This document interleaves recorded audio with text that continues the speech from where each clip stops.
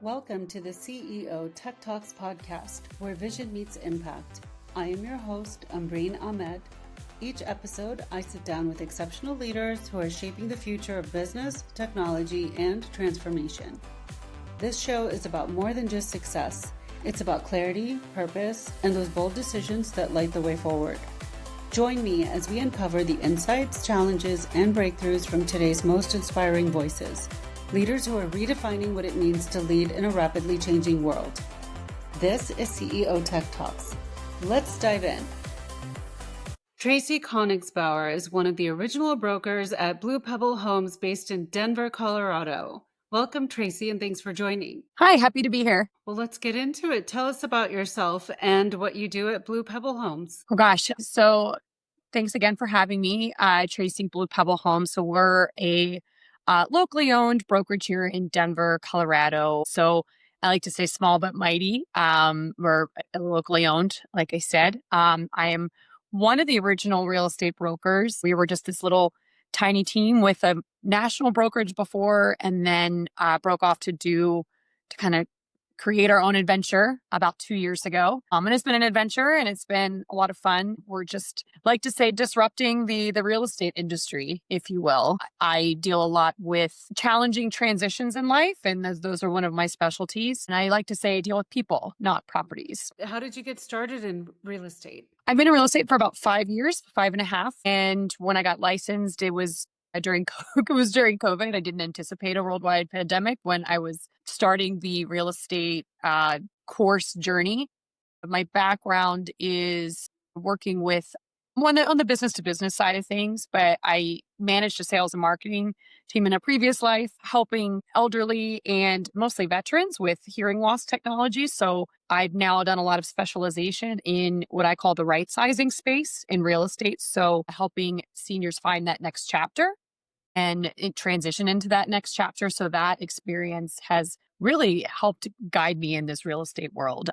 I've always felt myself as more of an entrepreneurial type of spirit. So I'm not saying it's been easy, but it suited my personality to be able to kind of create this business, really help people and consult people in the way that I want to. And it's been an exciting journey, that's for sure. That sounds exciting. And it sounds like you're passionate about what you're doing, since you've bridged a gap there between previous role versus what you do now. Yeah. And it was kind of something I didn't really think about at first. But then as I started kind of turning back and going into this senior living, home care type of focus, it was a natural transition. I already spoke the lingo. I already knew a lot about the industry. Obviously, there's been some changes. I have actually been excited to see the home care side of things and the community side of things start to play really nice together. There was, I think, a little bit of a competitive vibe to that in years past, but I'm really starting to see that kind of growth and that collaborative approach, which is what I like to do, and kind of help people in both facets, whether they're going to live in a community or whether it's helping them transition in their home, and just helping them determine what that looks like. Okay. So what does a typical day look like for you? There's no typical day. Every day is a different day, which is exciting and then can also just flip you upside down at times. But a typical day for me, I like to structure my week in terms of, I like to have a couple of days just for prospecting and making calls. I feel like I'm explaining this and I probably don't ever have a day off. I try to carve out a day a week to refresh, be outdoors. I live in Denver, so there's plenty of outdoor activities to do all year round. I usually, of course, carve out times for my client meetings and then networking and getting to know the professionals that I can partner and collaborate with. So each day is a little bit different, but people always say my calendar looks like a rainbow because I have just color codes and everything means something different.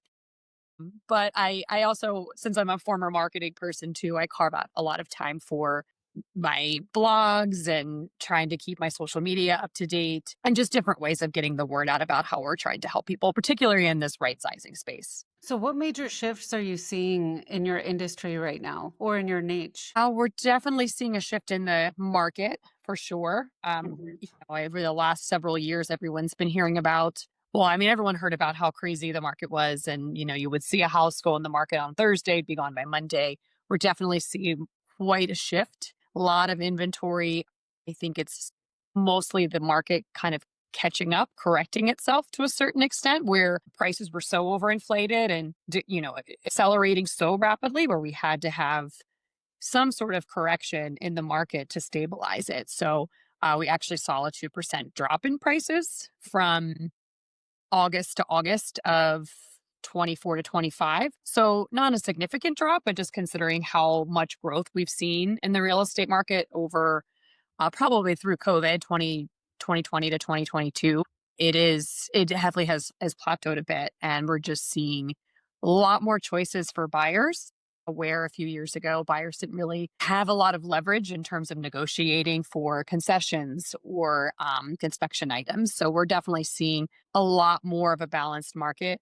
Maybe not quite a buyer's market, but it's definitely a lot different than what we've seen probably in years. So, what's working really well for you in your business, and what's been most frustrating? Probably the most frustrating thing is, I think, kind of the indecisiveness recently. A lot of it has to do with the rates. Rates are coming down, or they have come down, but they certainly aren't to the levels of what we saw during 2020, 2021. So there's definitely a lot of hesitation, people waiting for something to happen to make that jump, whether it's buying, selling, investing, where I just like to emphasize your timing matters more than the market's timing.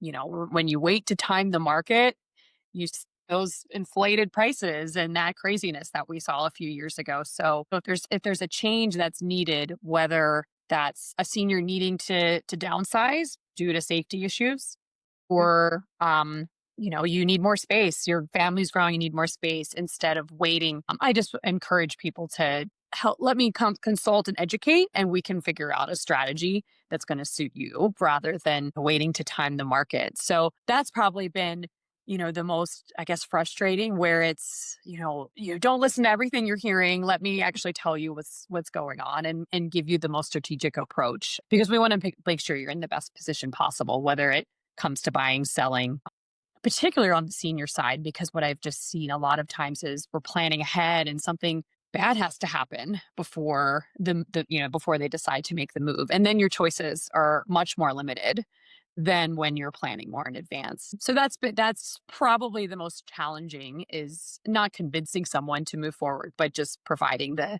education to plan ahead, because you always have more choices when you plan ahead. What's been working well? I think just getting to know people, collaboration, really just thinking about others before the networking piece. That was a natural transition for me from a previous career. So just talking to people, learning what their needs are, and providing the connections, the guidance that they need, and that always comes back around. So that's kind of what I've found has been probably the most helpful or the most successful in my business, is giving out more than you take in. Okay. And what metrics are you most focused on improving in your business? Well, really just more, I'm not really concerned with more transactions. It's really more the quality. I want to have partners for life.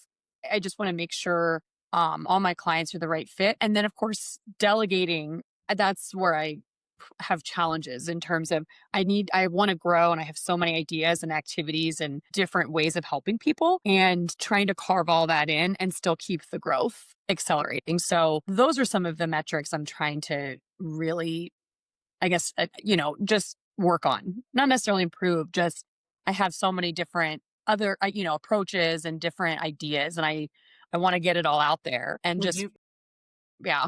would you mind sharing some of those? Yeah, of course. I mean, just the marketing piece. Like I said, I've started doing my blog, and I want to just really hone in on that, and just being um the expert in that, and just sharing that knowledge. So just making sure that is always happening.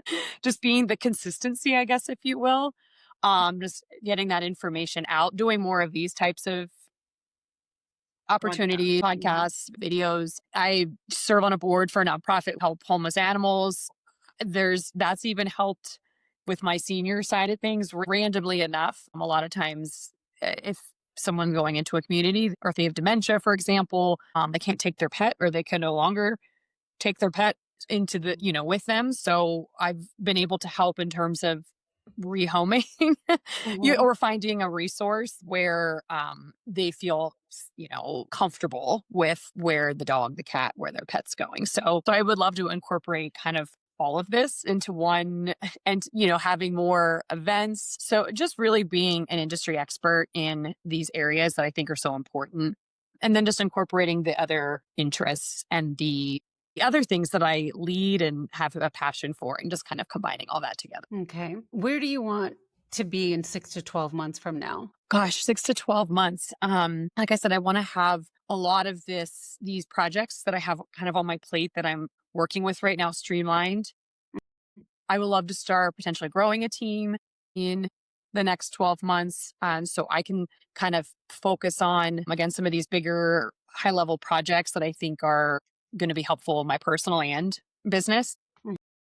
So that's kind of where I'm looking for. I'm also looking to, I wanna to travel a little bit more, and just that's where I would like to be. But I just want to be known in the senior right sizing industry as someone who's truly looking to help these individuals and whatever solution that might be. Okay. If you could solve one major industry challenge right now, what would it be? It's probably some of the stigma that's attached to the real estate industry. There's a lot of real estate agents. I'm sure everyone knows that. There's just so many. And I know a lot of great agents and brokers, and I love the people that I work with. I think sometimes the stereotype is we're all greedy, we're out to just get paid, and that's just simply not the case, or that it's easy. So that's one of the things I would love to. I like to break down that barrier in terms of, no, I really want to help you create a plan. I'm not just going to disappear on you once I get paid. Believe me, I've plenty of situations that come up well after closing, and I'm always here. So those are some of the, I guess, some of, just some of the stigma that's attached to this industry. I'd love to be able to break some of that down, because I do know that back in the day too, there was just a lot of, I think, greed, and it's still there, but I think it's gotten a little bit better. But to continue to, yeah, to continue to break down that barrier for sure. Time someone gets to me, they're already, arms crossed. They're already so turned off by the experience they've had.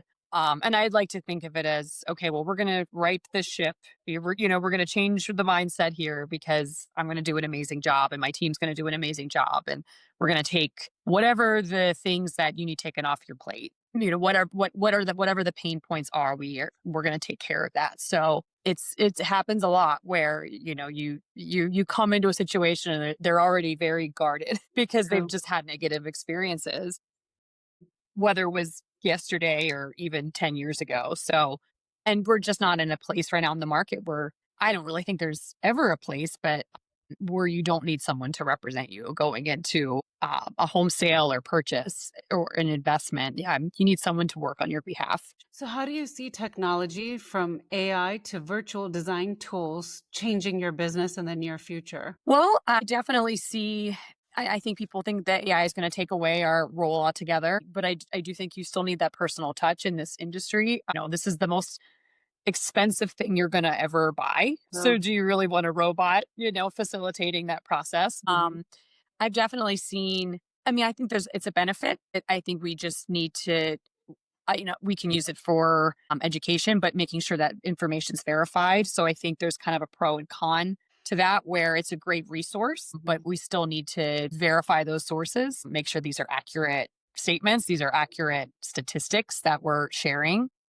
So I think it's been great for that, to really create creating content, sharing statistics, but then always cross checking that to make sure that it's accurate and that we're sharing, accurate information with the True. public. But yeah, I definitely, I could see, an example. I have an estate attorney I partner with, and she always talks about how people come in with, AI generated or internet generated wills, and they're not enforceable. So I could definitely see that potentially happening in terms of people creating maybe contracts or creating real estate documents through AI.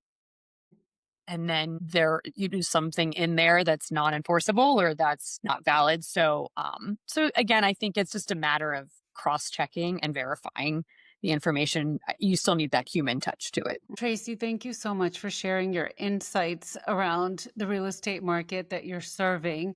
and the business that you're considering growing over time, and reminding us that there is a human touch involved here and it's not going to go away. It's about trust, community, and vision. Thank you so much for having me. It was great. Absolutely. For our listeners, check out bluepebblehomes.com to see the work Tracie and her team are doing. Thank you for joining CEO Tech Talks. I hope today's conversation sparked new insights and inspiration for your own leadership journey. Until next time, stay inspired, stay visionary, and keep leading with light. Brought to you by Neura AI Consulting.